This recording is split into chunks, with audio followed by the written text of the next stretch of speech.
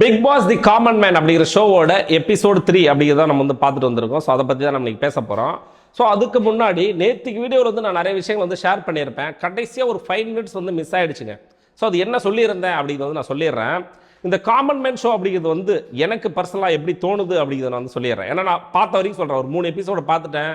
So இதை பார்த்துட்டு இதில் யாரை குவாலிஃபை பண்ணியிருக்காங்க, யாரை ரிஜெக்ட் பண்ணியிருக்காங்க, யாரை ஆன் ஹோல்டில் வச்சுருக்காங்க அப்படிங்கிறத வச்சு பார்க்கும்பொழுது இந்த ஷோ அப்படிங்கிறது வந்து முழுக்க முழுக்க ஆல்ரெடி ப்ரீ பிளான்டா இவங்கள தான் நம்ம வந்து குவாலிஃபை பண்ணி உள்ள எடுத்துகிட்டு வர போகிறோம். பிக் பாஸ் வீட்டுக்கு கிடையாது. ஸோ இங்கே வந்து கண்டஸ்டண்டாக வந்து கலந்துக்கிட்டு அதுக்கப்புறம் அதுலேருந்து வந்து ஷார்ட் லிஸ்ட் பண்ணுவாங்க பார்த்தீங்களா. அடுத்தடுத்த கட்டத்துக்கு யாரை ஷார்ட் லிஸ்ட் பண்ணணும் அப்படிங்கிற ஒரு டேட்டாவோட தான் இவங்க இந்த ஷோவே ரன் பண்ணுற மாதிரி இருக்குது. அதை நான் நேற்றுக்கு சொன்ன மாதிரி ஷோவில் சில பேர் வரும்பொழுது அவங்கள வந்து ரொம்ப லைட்டாகவே இருந்தாலும், ஸோ நான் சரியாக பேசாமல் இருந்தாலும் சரி, ஒரு மாதிரி வந்து டிமோட்டிவேட்டாக இருந்தாலும் சரி, அவங்கள வந்து மோட்டிவேட் பண்ணி பேச வைக்கிறாங்க. பேசுகிற ஆளுகளே நல்லா என்டர்டெயின்மெண்ட் பண்ணக்கூடிய ஆட்களை வந்து மோட்டிவேட் பண்ணாமல் அவங்க பேசுகிற வார்த்தைகளை வச்சு அவங்கள்ட்ட வந்து ஏதாச்சும் ஒரு கிடுக்குப்படியான ஒரு கேள்வியை கேட்டு அவங்கள அனுப்புகிற வேலையை வந்து பார்க்குற மாதிரி எனக்கு தோணுது. ஸோ இதனோட வெளிப்பாடு தான் அங்கிருந்து எலிமினேட் செய்யப்பட்ட நிறைய நபர்கள் போயிட்டு நிறைய யூடியூப் சேனல்ஸில் வந்து நீங்கள் பேட்டி கொடுக்கறது வந்து நீங்கள் பார்த்துருப்பீங்க. அதாங்க ரீசெண்டாக ஒரு நைட்டி ஆண்டி ஒருத்தவங்க இருக்காங்க பார்த்தீங்களா, அவங்க கூட வெளியில் உட்காந்து புலம்பிட்டு இருந்தாங்க. அது ஒரு வேற விஷயம். அதை பற்றி நான் டீட்டெயிலாக வேற ஒரு வீடியோவில் வந்து நான் பேசுகிறேன். பட் நான் இன்னைக்கு சொல்ல வந்த கருத்து என்னன்னா, இவங்க ஆல்ரெடி ப்ரீ பிளான் பண்ணி யாரை எடுக்கணும் யாரை எடுக்கக்கூடாது அப்படிங்கிறத வந்து பிளான் பண்ணி பண்ணுற மாதிரி எனக்கு தோணுச்சு. சரி, ஓகேங்க, இன்னைக்கு எபிசோடே எடுத்துங்களேன். இன்னைக்கு எபிசோடில் வந்து கிட்டத்தட்ட ஒரு 8 கண்டஸ்டன்ட் வந்து கலந்துக்கிறாங்க. ஸோ இந்த 8 கண்டஸ்டன்ட்ல 2 பேரை வந்து செலக்ட் பண்ணுறாங்க, 6 பேரை வந்து ரிஜெக்ட் பண்ணலை, எண்ட் ஆஃப் ஜேர்னி கொடுக்கல, ஆன் ஹோல்டில் வந்து வைக்கிறாங்க. ஸோ இந்த 2 பேர் இருக்காங்க பார்த்தீங்களா, செலக்ட் பண்ண அந்த 2 பேர், இந்த செலக்ட் பண்ண அந்த 2 பேரை வச்சு எனக்கு ஒரு புரிதல் வருது. அவங்க எப்படி செலக்ட் பண்ணுறாங்க, எப்படி அவங்க வந்து உள்ளே எடுக்கணும் அப்படின்னு பார்க்குறாங்க. அப்படின்னா சீசன் 9 பார்த்தோம்ல, அதில் நம்மளோட வாட்டர்மெலன் தண்ணிப்பழம் தர்பீஸுங்க, நம்ம தர்பீஸை வந்து எதுக்காக உள்ளே எடுத்தாங்க? எதுவுமே கிடையாது, எதுவுமே கிடையாது. உள்ளே எடுத்ததுக்கான ஒரே ஒரு ரீசனு, ஃபேம் ஆயிருக்காரு. நீ எப்படி வேணால் ஃபேமாக இருக்கலாம், நீ எப்படி வேணால் ஃபேமாக இருக்கலாம், நீ ஆபாசமாக ஃபேம் ஆகிருக்கலாம், நீ பைத்தியக்கார தண்ணி பண்ணி ஃபேம் ஆகிருக்கலாம், நீ எப்படி வேணால் ஃபேம் ஆகிருக்கலாம். பட் ஆனால் நீ ஃபேமாக இருந்தால் உனக்கு பிக் பாஸில் இடம் அப்படிங்கிறத மீண்டும் ஒரு முறை விஜய் டிவி திரும்ப திரும்ப பண்ணுது. ஏன்னா நான் இன்னைக்கு எபிசோட பார்க்கும்போது நான் அதிகமாக சிரிக்க வச்ச சில பேரை வந்து ஆன் ஹோல்டில் வச்சு அனுப்பிவிட்டு ஒன்றுமே பண்ணாத சில பேரை வந்து புஷ் பண்ணி உள்ளே கொண்டு வந்த மாதிரி எனக்கு தோணுச்சு. சரி, ஓகே, தர்பீஸ் மாதிரி ஆட்கள் உள்ளே எடுக்கிறாங்கன்னு எதை வச்சு ப்ரோ சொல்கிறீங்க அப்படின்னு சொல்லி கேட்டிங்க அப்படின்னா, வெங்கடேசன் சொல்லிட்டு ஒரு கண்டஸ்டன்ட் ஒருத்தர் வந்து பேசியிருப்பார். அவரும் ஒரு லேடி வந்திருப்பாங்க. ஸோ அவங்களோட ஜேர்னியை பற்றி, அவங்க கஷ்டப்பட்ட லைஃப்பை பற்றி, அவங்க மணிப்பூரில் பிறந்து வளர்ந்தாங்க, அவங்க வந்து எவ்வளோ கஷ்டப்பட்டாங்க, ஒரு 35 இயர்ஸ் அவங்களுக்கு எவ்வளோ ஸ்ட்ரகிள் ஆனாங்க, இப்போ எப்படி முன்னேறணும் அப்படிங்கிறத பற்றி அவங்க சைடு அவங்க இதை சொல்கிறாங்க. அது சுவாரஸ்யமாக இல்லைன்னே வச்சுக்கலாம், ஓகேவா. ஸோ இந்த சைடு நம்மளோட வெங்கடேசன் அவர்கள் வந்து என்ன சொல்கிறாருன்னா, நான் வந்து ஒரு 7 பேரை வச்சு வந்து வேலை வாங்கிட்டு இருக்கேன், நான் வந்து மேலே இருக்கேன், எனக்கு கீழே நிறைய பேர் வேலை செய்கிறாங்க, நான் வந்து நாளைக்கு இந்த தமிழ்நாட்டை மாற்ற போகிறேன், ஏன் என் ஊரை மாற்ற போகிறேன், இந்த சென்னையை மாற்ற போகிறேன், இந்தியாவை மாற்ற போகிறேன், உலகத்தை மாற்ற போகிறேன், பைத்தியகாரத்தனமாக பேசிக்கிட்டு இருக்கான். அதாவது வந்து வாழ்க்கையில் சாதிக்கக்கூடியவனுமே வந்து இவ்வளோ வெளிப்படையாக வந்து அதை பண்ண போகிறேன் இதை பண்ண போகிறேன்னு சொல்ல மாட்டான். அப்படி சொல்கிறவன் வந்து பண்ணவே மாட்டான், ஓகேவா. அதை வாய் இருக்குன்னு சொல்லிட்டு பேசலாம். இப்போ அதே அந்த லேடிட்டு கேட்கும்போது அவங்க என்ன சொல்கிறாங்கன்னா, இவன்ட்ட இருக்குது ஒன்று வாய் மட்டும்தான் சார், அதை தாண்டி ஒன்றுமே இல்லைங்கிறாங்க. அதை தான் எனக்கும் தோணுது. ஸோ உனக்கு இந்த ஷோவில் வந்து எப்படிப்பட்ட ஆளை நீ வந்து குவாலிஃபை பண்ணுற, உள்ளே எடுத்து போடுற அப்படின்னா, பைத்தியகாரத்தனமா மென்டல் தனமா நடக்கக்கூடிய விஷயத்தில் வந்து நடக்குதுன்னு சொல்கிறது ஒன்றுமே இல்லை. சிம்பிள். நான் போயிட்டு அடுத்த மாதம் வந்து மார்ஸில் போயிட்டு குடியேறி அங்கே போயிட்டு நிலாவில் எப்படி ஆயா வடை சுட்டு சாப்பிட்டுச்சு பார்த்தீங்களா, அந்த மாதிரி அங்கே போயிட்டு நான் வந்து ரியல் எஸ்டேட் பண்ண போகிறேன், இல்லை நாங்கள் போயிட்டு வந்து வீடு கட்டி நான் வந்து ஒரு மாதிரி ஏதோ ஒரு மென்டல் மாதிரி ஏதோ ஒன்று நீ பேசுறிய அந்த இடத்துல நீ பேசுறது வந்து 4 பேர் சிரிக்கிறாங்களா, உன்னை எடுத்து உள்ளே போடுவேன். இது என்ன கான்செப்ட் இது? சேம் லைக் நம்ம தர்பீஸ் எப்படி உள்ள எடுத்து போட்டாங்க, தர்பீஸ் இப்படி தான் பண்ணிட்டு இருந்தான்.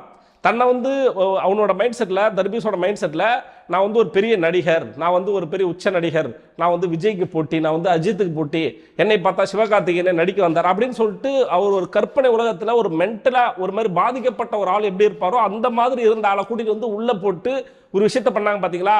சேம் லைக் அதே பேட்டர்ல தான் இவங்க சூஸ் பண்ற மாதிரி இருக்கு. திறமை இருக்கிற உண்மையாவே சிரிக்க வச்ச அந்த உண்மையுமே ஹியூமர் சென்ஸ் ராஜு உள்ள வரும்போது ஒரு விஷயத்த சொன்னார், கவனிச்சிங்களா? அதாவது வந்து நான் இங்கே வந்ததுக்கான காரணமே என்ன மாதிரி ஒரு கேங்லேயும் ஒரு ஆள் இருப்பான். அவன் வந்து எல்லாரும் சிரிக்க வைப்பான், நல்ல ஹியூமர் சென்ஸ் இருக்கும், நல்ல டைமிங் இருக்கும். அந்த மாதிரி ஆட்களை வந்து நான் தேடி கண்டுபிடிச்சி எடுக்க வந்திருக்கேன் அப்படின்னு சொன்னாப்ல. ஸோ அப்படி பார்க்க ஓகே டன் அந்த மாதிரியா வந்து இருப்பாப்ல அப்படின்னு பார்த்தா அப்படி இல்லை. உண்மையுமே இன்னைக்கு அப்படி ஒரு ஆள் வந்தாப்ல. யாரு நம்ம எனக்கும் அதுக்கு யாருனே தெரியாதுன்னு வச்சுங்களேன். பட் ஆனால் உண்மையுமே அவர் பேசும்போது நல்லா ஃபன்னாகவும் ஜாலியாகவும் அப்படி இருந்துச்சுங்க. எங்க பிக் பாஸ் ஷோ என்னங்க simple concept. Bigg Boss show அப்படிங்கிறது என்ன? அதாவது வந்து ஒன்று ரியாலிட்டி ஷோவாக இருக்கும். அதாவது வந்து அங்கே ராவா எல்லாமே நடக்கும், அது ஸ்கிரிப்டட் இல்லை அப்படிங்கிற ஒரு நம்பிக்கையோடு இருக்கிறது பிக் பாஸ் ஷோ. ரெண்டாவது ஒரு கேம் ஷோ, மைண்ட் லெவலில் சில கேம் ஆடுவாங்க, ஃபிசிக்கல் லெவலில் சில கேம் ஆடுவாங்க. மூணாவது என்டர்டைன்மெண்ட். நீ இந்த 3 பேஸில் தான் வந்து ஆளை உள்ள எடுக்கணும். ஸோ என்டர்டைன்மெண்ட் பண்ணுறவனா இருக்கணும், இல்லை நல்லா கேம் ஆடக்கூடிய அந்த மைண்ட் செட் உள்ளவனா இருக்கணும். ஸோ அதை தாண்டி வந்து உள்ள என்டர்டைன்மெண்ட் இந்த மாதிரிலாம் நிறைய விஷயங்கள் இருக்கிற மாதிரி ஆள் எடுத்து போடு அப்படின்னு பார்த்தா கிறுக்கனா எடுத்து போடுறேன். நீ ஏன் கிறுக்கன் எடுத்து போறேன்னா அவனால உள்ள போயிட்டு ஏதோ பைத்தியக்காரத்தனமா பேசிட்டு இருப்பான். நான் வந்து உலகத்தை மாற்ற போறேன்பா, நான் மோடிக்கு அடுத்ததும்பா, நான் வந்து அமெரிக்காவுக்கே நான் தான் வந்து அடுத்து இது பண்ண போறேன்பா, அப்படி ஒரு மென்டல் தரமா கிறுக்கு தரமா பேசுற ஒருத்தனை உள்ள எடுத்து போட்டனா தான் உனக்கு பைத்தியம் மாதிரி பேசுவோம், உனக்கு டிஆர்பி வரும்னு நினைக்கிறேன் போறீங்க. பட் ஏன்னா லாஸ்ட் டைம் எந்த அளவுக்கு சொதப்புச்சோ, லாஸ்ட் டைம் எந்த அளவுக்கு வந்து கேவலமா பிக் பாஸ் போச்சோ அதை விட படும் மொக்கையா கேவலமா போகுது சீசன். பார்த்துங்க இந்த மாதிரி ஆட்கள் எடுத்து போட்டீங்கன்னா. ஏன்னா திறமை இருந்தோம், நிறைய டைமிங் இருந்தோம், நிறைய காமெடி பண்ணு, நிறைய சிரிக்க வச்ச சில பேரை வந்து ஆன் ஹோல்ல வச்சு அனுப்பி விட்டீங்க. ஏதோ ஒரு வகையில் வந்து அவன் வந்து பைத்தியம், அவன் பேசுறான், ஏதோ பண்றான், ஏதோ அப்படி பண்ணிடும் அப்படி பண்றோங்கிறான், அவனை தூக்கி உள்ள போடுறீங்க குவாலிஃபைட் அப்படிங்கிறீங்க. என்ன பேஸ்ல உள்ள போறீங்கன்னு தெரியல. நீ ஓப்பனா சொல்றாரு ராஜு, நீ சொன்ன பொய்களுக்காக உனக்கு வந்து நான் குவாலிஃபைட் கொடுக்குறேன் அப்படின்னா வர்றவன் எல்லாரும் பைத்தியகாரத்தனமா ஏதோ பொய்யா சொல்லிக்கிட்டு இருந்தா அவன் உள்ள எடுத்து போட்டுறீங்களா அப்படிங்கிறத என்னோட கேள்வி. ரெண்டாவது ஒரு ஆளா இது பண்ணாங்க, ரெண்டாவது ஒரு ஆளை வந்து சூஸ் பண்ணாங்க. அவர் வந்து இந்தியா லெவலில் அவரோட ஸ்கூல் லெவலில் கோல்டு மெடல் வாங்கினாரு, அதுக்கப்புறம் வந்து காலேஜ் லெவலில் கோல்டு மெடல் வாங்கினாரு. ஸோ அதுக்கப்புறம் வந்து அவர் வந்து சென்னை லெவலில், தமிழ்நாட்டு லெவலில், நேஷனல் லெவலில், வேர்ல்டு லெவலில் எல்லா லெவல்லையும் நான் கோல்டு மெடல் வாங்கி போட்டேன். நான் வந்து இப்போ வந்து ஒரு கிக் பாக்ஸர் நான் வந்து.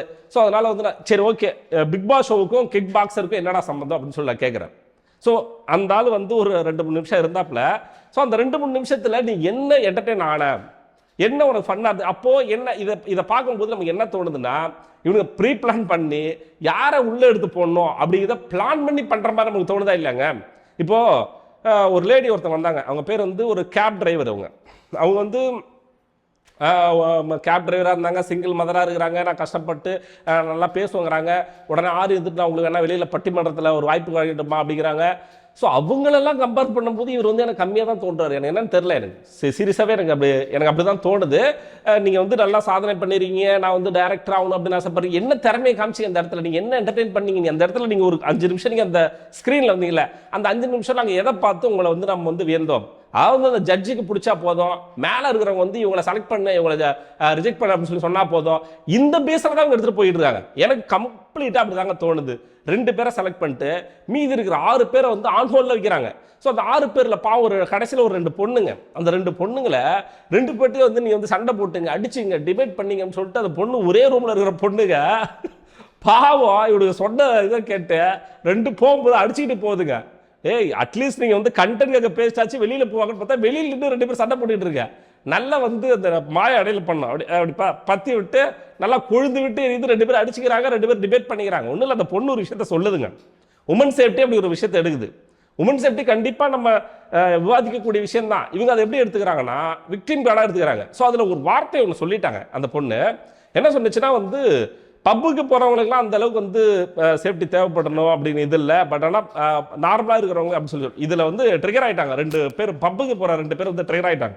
யார் அந்த 2 பேர்னு கேட்டா ஓவியாவும் மாயாவும் தான் கொந்தளிக்கிறாங்க. நீ எப்படி பப்புக்கு போகிறவங்களுக்கு மட்டும் சேஃப்டி தேவையில்லை, மற்றவங்களுக்கு தான் சேஃப்டி கொடுக்கணும் அப்படின்னா என்ன சொல்கிறது? நான் இதுக்கு என்ன சொல்கிறது?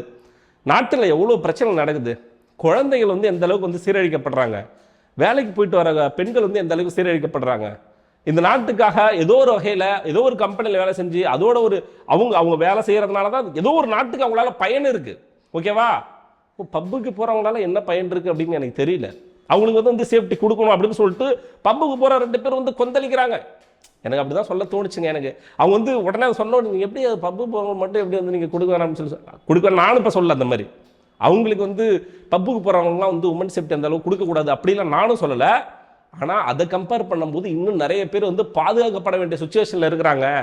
எது நாட்டுக்கு முக்கியம், எவங்க வந்து நல்லவங்களா யார் வந்து இங்கே வந்து நாட்டுக்கு தேவையான விஷயங்களை பண்ணுறாங்களோ அவங்களுக்கு ஃபர்ஸ்ட் ப்ரையாரிட்டி கொடுங்க அப்படிங்கிறத நான் சொல்கிறேன். அதுக்கு போட்டு அந்த பொண்ணை போட்டு ரோஸ்ட் பண்ணி இதே காண்டா வச்சுக்கிட்டு அந்த பொண்ணு வந்து நல்லா ஆக்சுவலாக சொல்லணும்னா வச்சுக்கலாங்க, அந்த வெங்கடேசன் ஒரு ஆள் செலக்ட் பண்ணாப்ல, அவரை விட கம்பேர் பண்ணும்போது இந்த பொண்ணு நல்லா தான் எனக்கு தெரிஞ்ச பேச்சு கொடுத்த விஷயத்த அது பாட்டு பேச்சு. உடனே நீங்கள் வந்து ஃபேக்காக இருக்கீங்க ஓவியா, நீங்கள் வந்து ஃபேக்காக இருக்கீங்க, ஏன் நாங்களாம் அப்படி தான் இருப்போம், எங்களே வந்து நீங்கள் சேஃப்டி கொடுக்கணும்னு எப்படி சொல்லலாம் அப்படிங்கிற ஒரு இதை வச்சுக்கிட்டு தர முடியாது அப்படிங்கிற மாதிரி சொல்லிட்டாங்க. இப்படி தான் போயிட்டு இருக்கு நண்பர்களே. இதை பார்க்கும்போது திறமையானவர்களை உள்ளே எடுத்து போகிற மாதிரி எனக்கு தெரியல.